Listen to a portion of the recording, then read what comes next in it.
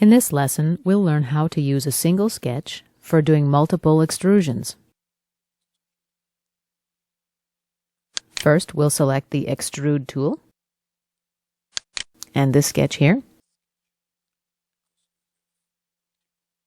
Because we've got multiple contours and regions, SolidWorks has automatically activated the Selected Contours area.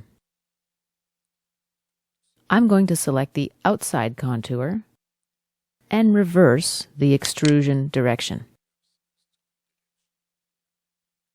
Here we'll enter a value of 2 millimeters.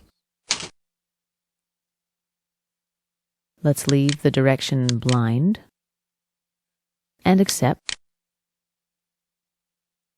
Now I'm going to create a second extrusion. We select the Extrude tool and the same sketch. Now let's select the outside and inside contours. This time we'll enter a value of 10 millimeters and accept it.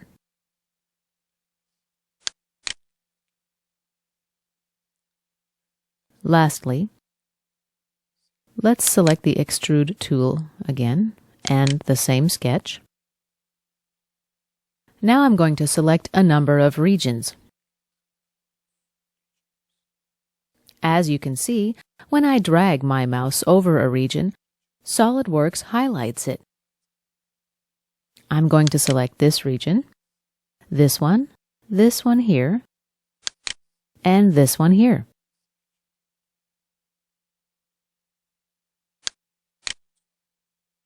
We're going to insert a value of 1 millimeter this time and accept it. Now we have our part created from a single sketch using multiple extrusions.